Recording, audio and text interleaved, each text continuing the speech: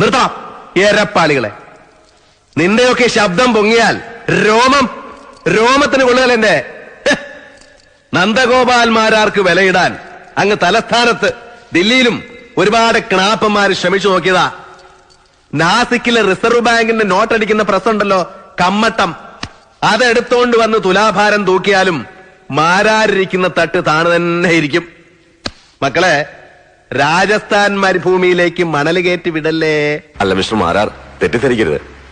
ഞങ്ങൾ അങ്ങനെ പണം തന്ന് ഇൻഫ്ലുവൻസ് ചെയ്യാൻ വന്നതല്ല. പണമല്ല, പവറായാലും അതിന്റെ ഒന്നും മുമ്പ് വീണ ചരിത്രം ഈ മാരാർക്കില്ല.